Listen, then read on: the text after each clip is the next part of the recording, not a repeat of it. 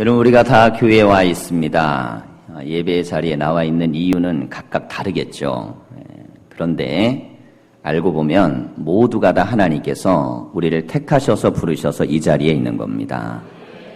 그게 내가 원하고 뜻하고 바라고 내가 결단하고 한 것처럼 보여도 그 이전에 하나님의 사랑이 있었고 하나님의 선택이 있었고 하나님의 역사하심이 있었습니다.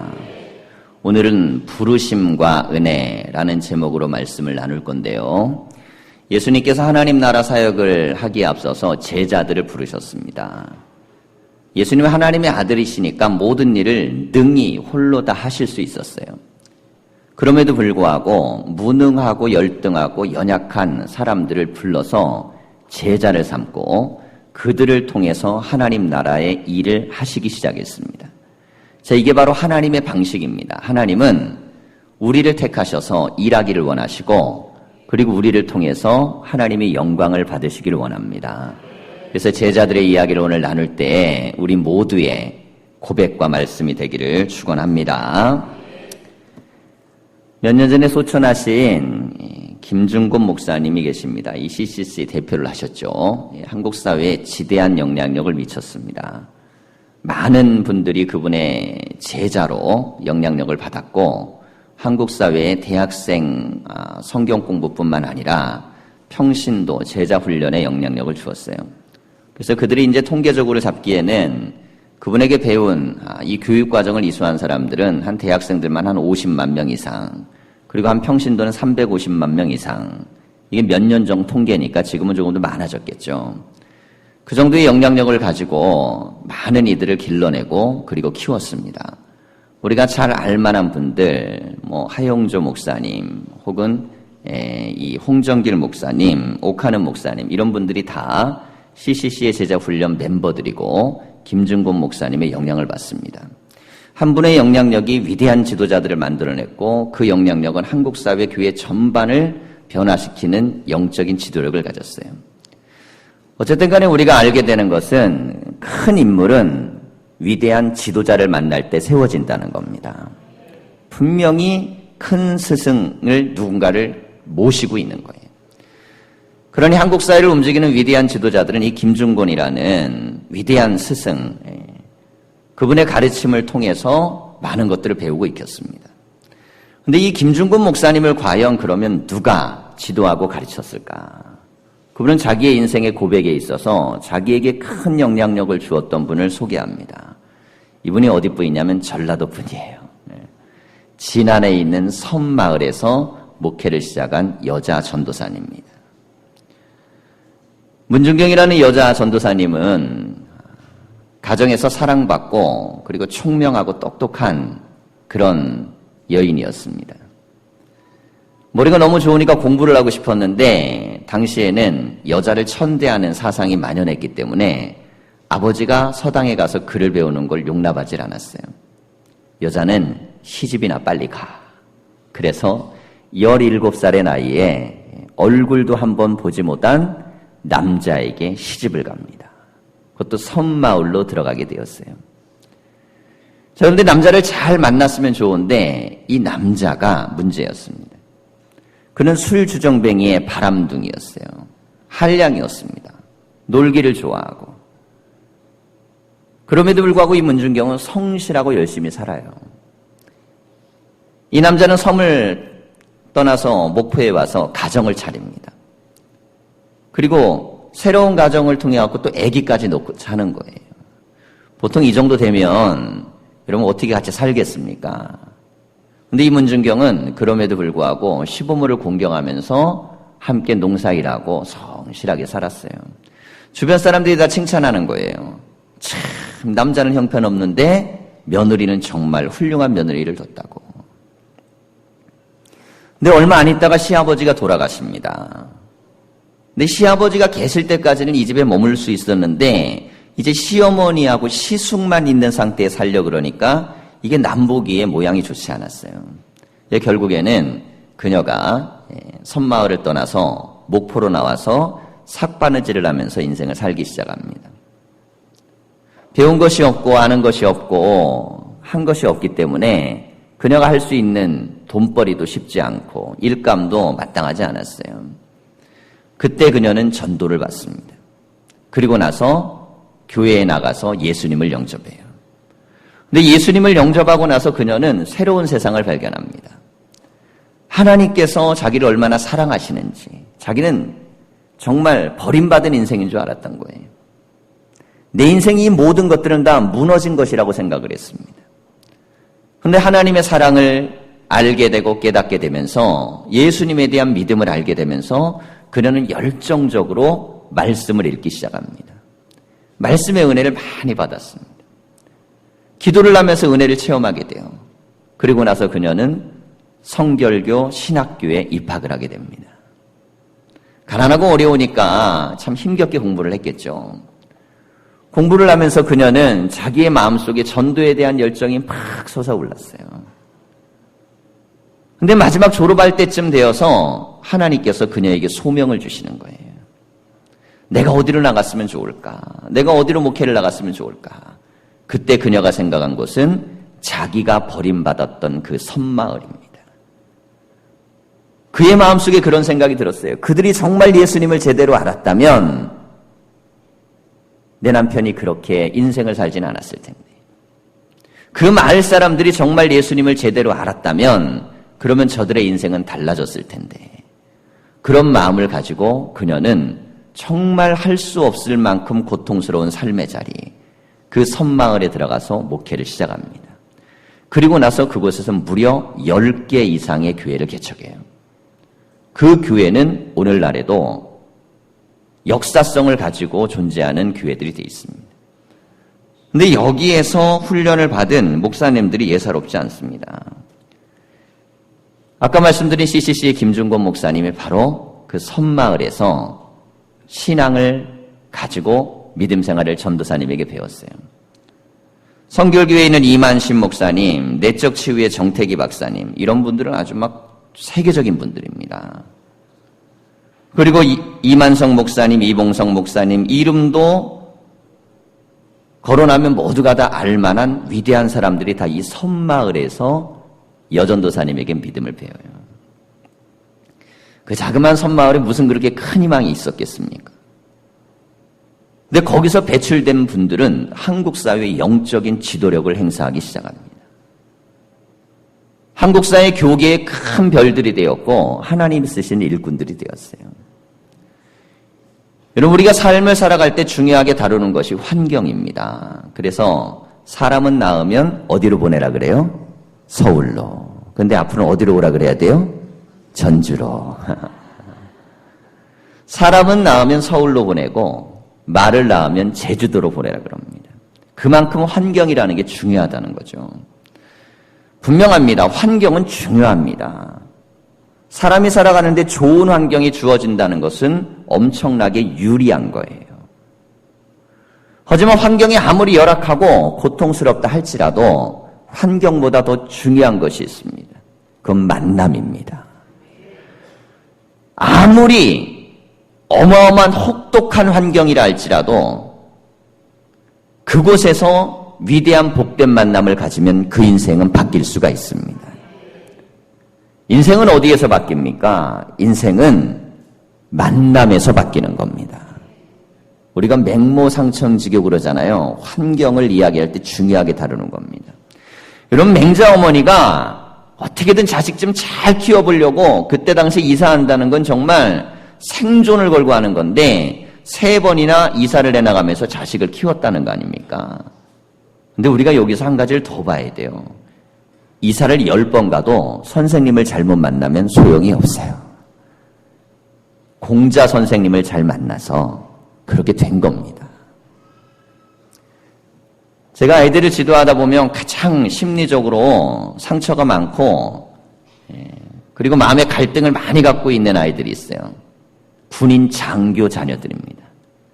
이 보직이 이동할 때마다 계속 이사를 가야 돼요. 고등학교 3학년 아이인데 10몇 번을 이사를 한 거예요. 가면 친구 사귈만 하면 이사 가고 아버지의 환경은 점점 더 좋아지겠죠. 계급도 올라가고 조금 더 월급도 올라갈 테니까 뒷바라지를 해줄 수 있는 것들도 많아질 겁니다. 근데 삶의 마음에 응어리가 있어요. 사람 한번 제대로 깊이 한번 사귀어보지 못하고 삶을 살았다는 상처가 있습니다. 아무리 좋은 환경에 있어도 어떤 사람을 만나느냐가 중요하고, 아무리 좋은 사람을 만나도 그 사람을 알아보는 능력이 중요합니다. 여러분, 알아볼 수 있는 능력이 중요해요. 내 주변에 아무리 훌륭한 사람이 있으면 뭐합니까? 알아보지 못하면 소용없습니다. 오늘 말씀을 보면 세례 요한이 예수님을 알아봤습니다. 그분은 하나님의 어린 양이다. 그리고 나서 제자들의 이야기하는 거예요. 나에게 배울 것은 다 배웠으니까 예수님에게 가라. 여러분, 정말 훌륭한 선생님이죠.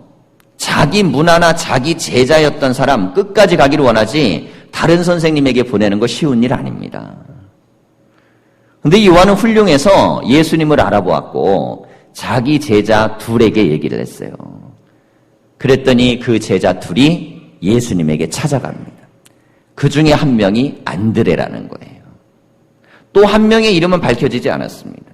근데 중요한 건 어쨌든 둘 중에 한 명이었던 이 안드레는 예수님의 12 제자 중에 한 명이 되었습니다. 누군가가 잘 알아보는 사람 옆에 있는 게 축복이에요.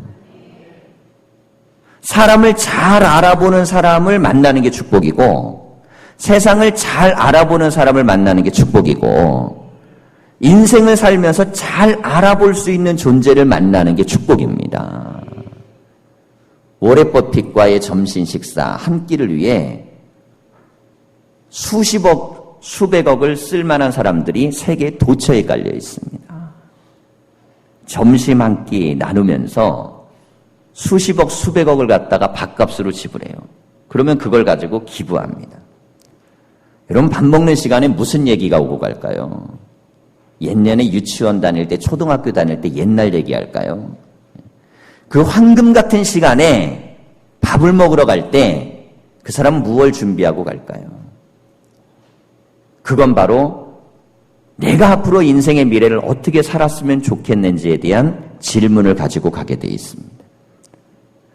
내가 내 인생을 가장 잘하는 것 같은데 한 번도 만나보지 못한 그 사람을 찾아가서 인생의 답을 구하는 거예요. 왜 그렇습니까? 그가 나보다 세상을 혹은 경제를 혹은 주식을, 물질을 훨씬 더 잘 알기 때문에 그렇습니다. 내가 투자하는 수십억의 비용보다 한 끼 식사 이후에 더 많은 것들을 얻을 수 있는 그런 만남이기 때문에 그렇습니다. 하물며 세상에는 세상에 돈 꽤나 조금 번다는 사람을 위해서도 수십억, 수백억을 들고 찾아갈 만한 그런 사람들이 수도 없이 있습니다. 여러분, 예수님은 온 세상을 만드신 분이라고 요한복음 말씀하고, 예수님은 우리의 빛이요 생명이요, 그리고 우리를 통하여 구원을 이루시는 분입니다. 예수님과의 인격적인 만남은 우리의 인생을 바꾸어 놓습니다. 그분이 보는 세상이 있어요. 예수님 보는 세상, 그대로 세상을 보면 우리는 세상을 이길 수 있습니다. 예수님이 살았던 삶에 대한 방식이 있습니다. 그렇게 살아가면 우리는 구원을 이루는 하나님의 자녀의 권세를 갖고 살아갈 수 있습니다. 그래서 예수님과의 만남이라는 것은 관찰이 아니고 예수님과의 대화를 통해서 깨달음을 얻는 겁니다. 우리가 말씀을 공부하거나 기도할 때에 이런 은혜를 다 체험할 수 있기를 간절히 축원합니다. 어쨌든 안드레는 좋은 선생님을 소개해주는 훌륭한 선생님을 모시고 있었기 때문에 예수님을 만날 수 있었습니다. 자, 안드레가 예수님을 만나고 났더니 예수님이 정말 대단한 분이에요. 그분의 입에서 나오는 말씀도 대단하고 그분의 깊이 있는 사상, 아직까지는 기적을 보지 않은 상황이니까 예수님의 말씀의 은혜를 받습니다. 그 말씀을 다 듣고 나서 이 안드레가 막 가슴이 벅차왔어요. 그리고 나서 자기 형에게 가서 얘기합니다. 베드로에게 얘기해요. 내가 정말 위대한 메시아와 같은 존재를 봤다. 형, 우리 한번 갑시다. 여러분, 그런데 이 베드로가 대단한 건요, 보통 형제 사이에 형이 뭘 이야기하면 동생이 예전에는 다 형님이 얘기하면요 다 들었습니다. 따라야 되는 거예요. 근데 동생이 뭘 얘기하는 걸 형이 따른다는 거는 쉬운 일이 아니죠. 지금이야 세상이 많이 변했으니까 위아래로 대화가 가능하죠. 제 아버지 세대만 해도 형님 하면 가장 무서운 존재였잖아요. 세상에서 가장 누가 무섭니? 형이요. 형이 가장 무서운 거예요. 형 말은 항상 맞고 동생 말은 항상 틀린 거예요. 이런 베드로와 안드레가 살았던 시대가 그 시대입니다. 그런데 이 베드로는 동생의 말을 들을 줄 아는 형이었어요. 동생의 말을 들을 줄 아는 형이었기 때문에 베드로가 안드레를 따라 나섭니다. 그리고 나서 예수님을 만나게 된 겁니다. 여러분, 예수님을 만날 수 있는 과정을 우리가 이렇게 좀 볼 필요가 있습니다. 누군가의 말을 들으려고 하는 사람이 예수님을 만날 수 있습니다. 신앙생활도 어떻게 하나님을 체험하는가? 먼저 예수님을 만난 사람의 말을 들을 수 있어야 됩니다. 그 사람이 하나님을 만났던 경험, 그가 가지고 있는 신앙의 고백, 하나님을 만났던 체험의 이야기, 그리고 신앙생활하는 믿음에 대한 이야기가 나에게 들려야 돼요. 안드레는 요한의 이야기가 들렸던 거고 베드로는 안드레의 말이 들렸던 겁니다. 이게 그들에겐 축복이 되었어요. 그래서 베드로는 안드레의 이야기를 듣고 예수님을 따라 나섰습니다. 동생 전도로 예수님 만나게 된 겁니다. 말하자면 가족이 전도한 거죠. 자, 이렇게 된 이후에 다음 날에 예수님께서 마을을 거니다가 빌립을 만납니다. 근데 이 빌립이 아는 것처럼 오병이어 사건이 있을 때 빌립아, 우리가 이 많은 사람들을 먹이려면 얼마나 필요하겠냐라고 물을 정도로 이 사람은 아주 수적으로 밝은 사람이에요. 그래서 계산이 뛰어나고 현실 판단력이 좋고 이런 능력을 갖고 있는 사람입니다. 근데 이 빌립에게 이렇게 이야기했는데 빌립은 이 베드로하고 안드레하고 같은 동네 사람이에요. 근데 이 대목을 집어넣은 걸 보면 빌립이 예수님을 따르는 데는 그래도 아는 사람이 있었기 때문에 예수님을 따른 겁니다. 교회도요, 나오는 분들 보면 아는 사람이 있으니까 나오는 거예요. 자, 신앙생활을 하다가 믿음에 대해서 뿌리를 내고 정착하는 데 있어서 중요한 요소 중에 하나를 뭘로 보냐면 얼마나 내가 많은 사람과 신앙적인 관계를 맺고 있는가. 그래서 최소한 8명과 관계를 맺고 있으면 그 사람은 신앙이 무너지지 않는다는 겁니다. 8명 정도의 사람과 신앙관계를 내가 교회 안에서 잘 돈독하게 하고 있으면 어떤 상황이 오고 어떤 변화가 오더라도 그 상황과 변화를 옆에 있는 사람들이 도와준다는 거죠. 그래서 무너지지 않는 겁니다. 예수님의 제자 12도 마찬가지입니다. 예수님 없이 사역을 해나가는 동안 그들은 서로를 의지했습니다. 예수님과 함께 있었던 이 3년의 공생의 시간의 만남을 의지해서 삶을 살아갈 수 있었어요. 이 빌립 같은 유형은 친구 따라 강남 가는 스타일이에요. 교회도 그렇게 오는 사람들이 있어요. 그런데 와서 예수님을 만나고 변화가 일어나고 또 체험을 하게 되는 겁니다. 예수님에게 나온 유형들을 가만히 이 4명의 제자들을 보면 다 각각 예수님께 나온 이유도 다르고 방법도 다르고 방식도 다릅니다. 성격도 다르고 기질도 다 달라요. 이번에는 빌립이 나다나엘이라는 친구를 찾아갑니다. 그리고 나서 우리가 성경에서 읽었던 그런 존재를 내가 만났다. 그랬더니 나다나엘이 뭐라 그러냐면 나사렛에서 어떻게 선한 것이 날 수 있냐. 야, 나사렛은 좋은 게 날 수가 없어. 성경에 대한 나름대로 나다나엘은 깊이 있는 통찰을 가지고 있는 인물이었어요. 근데 자기가 생각하기에는 이 성경 속에서 메시아가 난다면 그건 나사렛은 아니라는 거죠. 여러분, 나사렛에서 나는 게 아니고 메시아는 어디에서 납니까? 베들레헴에서 납니다. 근데 예수님은 탄생은 베들레헴에서 했지만은 그 지역에서 못 살죠. 그래서 이주를 합니다. 이 갈릴리 나사렛에 와서 사시게 된 거예요. 나사렛에서 메시아가 난다는 성경적 근거가 없거나 미약하니까 이 나다나엘이 그것에 대해서 성경적으로 반박을 했습니다. 그때 예수님께서 이 나다나엘을 만납니다. 이 나다나엘이 예수님을 딱 보는 순간 뭔가 이때까지 자기가 봤던 인물하고는 다른 거예요. 예수님이 말씀합니다. 네가 어제 무화과 나무 아래 있었던 것을 내가 알고 있다. 그때 나를 본 사람이 없어요. 내가 어떤 행적을 가지고 있는지 아는 사람이 없는데 예수님이 아시는 겁니다. 나다나엘이 거기에서 한순간에 예수님의 말씀에 깨달음을 얻습니다. 이분은 나를 알고 내 과거를 알고 내가 어디에서 무슨 행동을 하는지까지 아는 하나님의 아들이시구나. 알아보게 되었습니다. 나다나엘 같은 사람은 직관력이 뛰어난 사람입니다. 빌립이 이성적이라면 나다나엘은 감성적이고 직관이 많아요. 이게 친구를 사귀어도요, 정반대 사람을 많이 사귀는 경우가 많죠.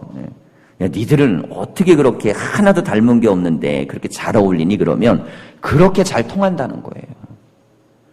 왜 통하냐면 경쟁을 하지 않습니다. 너무 달라서 경쟁을 안 해요. 성격도 다르고 스타일도 다르고 추구하는 것도 다르고 다 다른데 상대방이 그냥 인정되는 거예요. 그러니까 좋은 겁니다. 이게 빌립과 나다나엘도 서로 굉장히 달라요. 근데 서로에 대한 인정이 있습니다.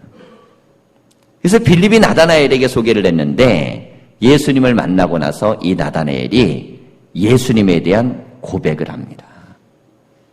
근데 이 나다나엘에게 예수님이 하셨던 말씀이 있어요. 이는 참 이스라엘이로다 그랬어요. 칭찬을 해주신 거예요. 칭찬. 자, 베드로에게 뭐라고 하십니까? 너는 장차 게바가 되리라. 대화법을 보면 짧은 말이지만은 베드로는 나는 앞으로 어떻게 살아야 될까? 내 미래는 어떻게 해야 되나? 이게 중요한 사람이에요.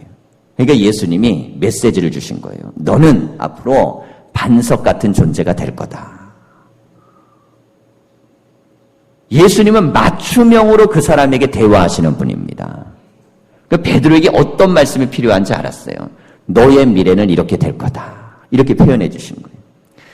나다나엘은 인정받기를 원하는 사람이에요.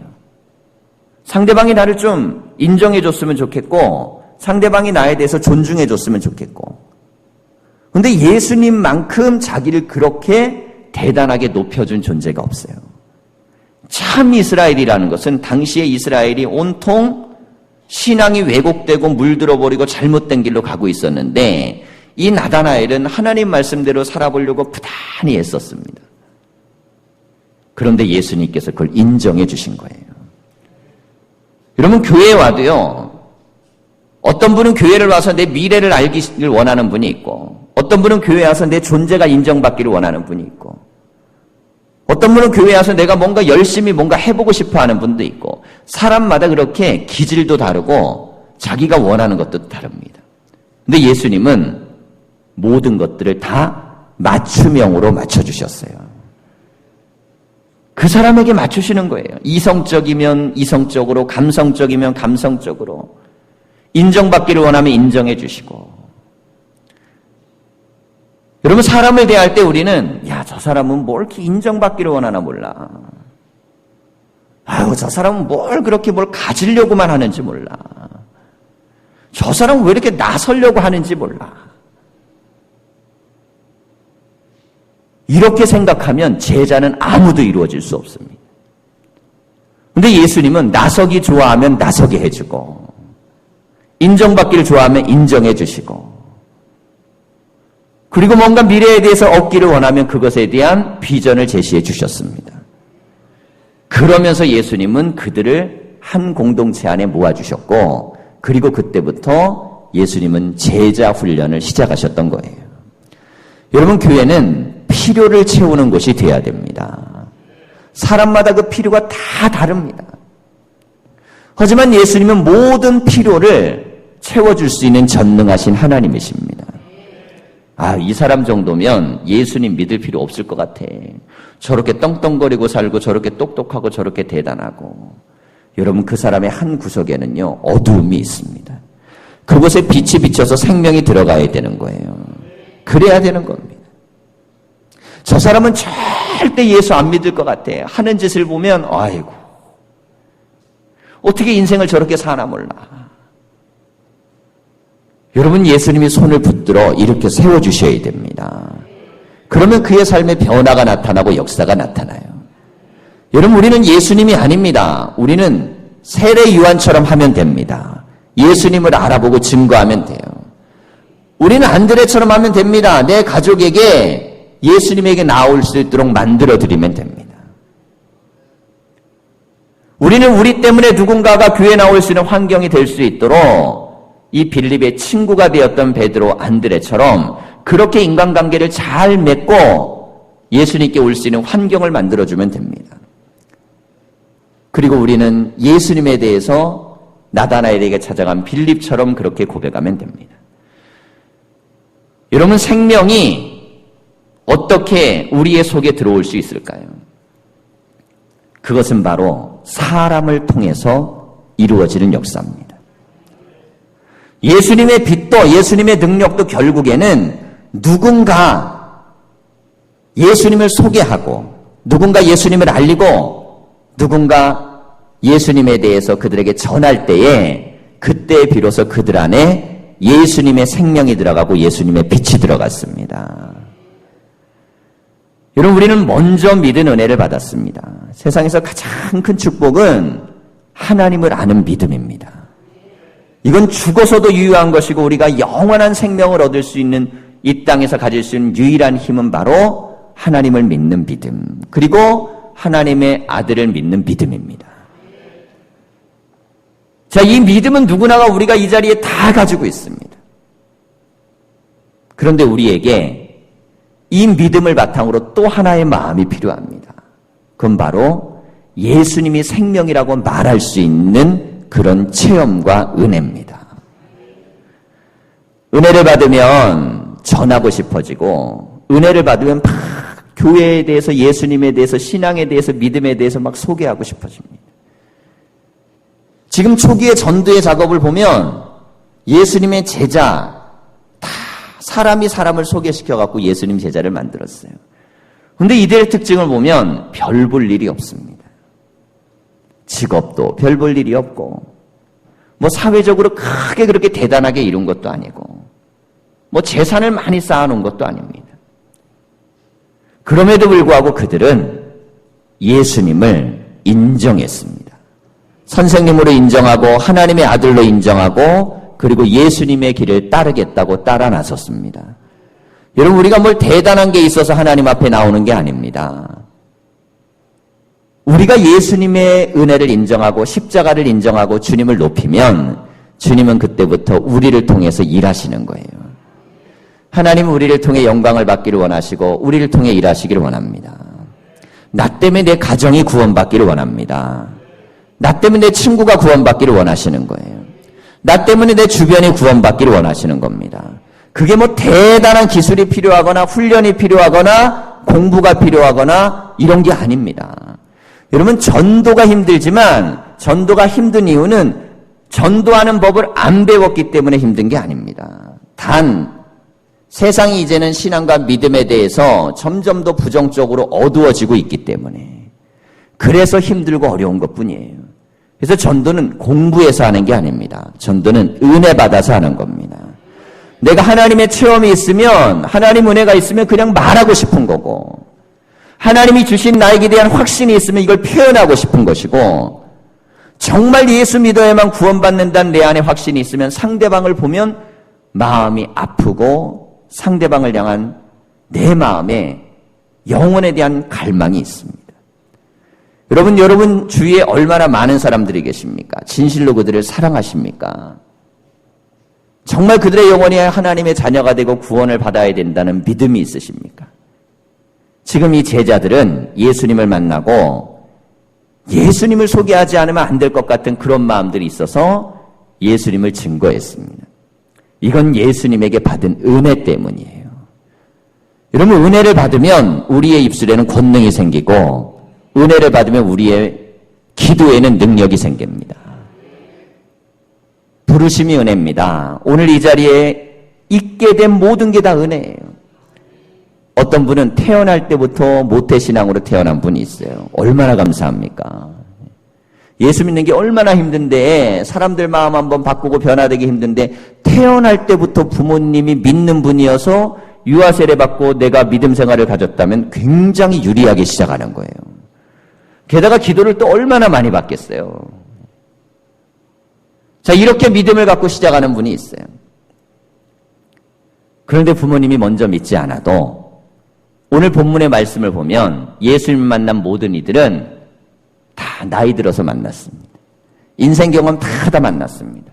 세상 세파 다 시달려보고 만났습니다. 그래도 예수님을 뜨겁게 만났더니 그들은 사도가 되었습니다. 여러분, 내가 전도한 누군가가 나보다 하나님께 더 크게 쓰임받을 수도 있습니다. 여러분, 문준경이라는 여자 전도사는 섬마을에서 작은 교회 10개 개척하고요, 그렇게 목회하다가 인생을 마감했지만 그분에게 배웠던 이들은 모두가 다 한국 사회에 어마어마한 영향력을 발휘했습니다. 교계에 있는 분들만 이야기했지만 CCC를 통해서 배출된 수많은 정계와 관계와 사회계의 지도자들은요, 우리 사회 전반에 깔려져 있습니다. 김중건 목사님에게 배웠던 그들이 한국 사회를 움직이는 핵입니다. 근데 그분을 가리켰던 분은 작은 섬마을 여자 전도사님이었어요. 내가 전하는 메시지는 작은 것일지 모르지만 겨자씨처럼 작아도 이건 어마어마한 나무를 만들고 새가 날아오고 사람이 쉼을 얻고 그곳에서 큰 역사를 체험할 수 있습니다. 어느 자리에 있느냐가 아니라 어떤 상태에 있느냐가 중요합니다. 어느 자리에 있든지 간에 하나님 나에게 은혜를 주십시오. 하나님, 내 환경이 어땠든 내가 하나님을 은혜로 체험하게 하시고 영적인 만남을 하게 해주십시오. 여러분, 하나님 만나면 인생이 달라지고 그 인생을 하나님이 쓰기 시작하면 기적을 만들어냅니다. 오늘 우리가 주님 앞에 나왔는데 나의 삶의 자리는 복된 자리입니다. 여러분, 아주 가난하고 형편없는 나사렛에도 예수님이 역사하셨고, 지난해 작은 섬마을에서 있었던 여자 전도사의 영향력이 한국 사회를 움직이는 큰 축이 됐습니다. 여러분, 그렇다면 우리는 어마어마하게 좋은 환경 속에 놓였습니다. 환경이 나빠서 무너지지 않습니다. 고백이 없기 때문에, 만남을 통해 주신 은혜를 체험하지 못하기 때문에 환경 탓을 하는 거예요. 은혜를 체험한 사람은 환경을 탓하지 않고 은혜를 체험한 사람은 사람을 탓하지 않습니다. 오늘 우리에게 주신 은혜를 붙들고 하나님이 나를 부르셨으니 더 큰 은혜를 갈망하셔서 하나님이 쓰시는 믿음의 삶을 다 살 수 있기를 간절히 축원합니다. 기도하겠습니다.